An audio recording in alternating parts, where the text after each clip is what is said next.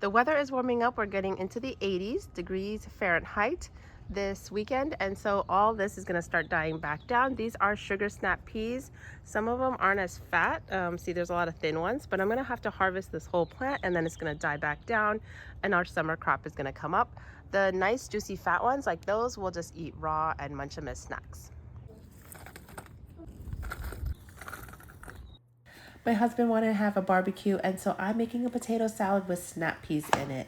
I had a lot of potatoes, so I diced it up and put it in some water and boiled it.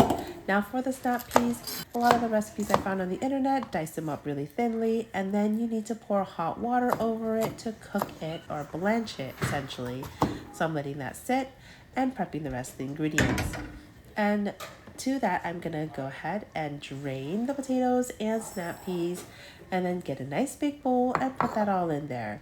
Now, as for the herbs and spices to put in, I only had fresh basil. I think this would do great with some dill, mint, or parsley. So if you have any of those, by all means try it. But I only had some basil, so I did that, and then I squeezed that lemon over it, some pepper, and lots of salt. I wanted my potato salad to be creamy, so I added 2 big spoonfuls of plain yogurt and mixed it all up, and that's where I got that creamy look to it and flavor. Jamakan!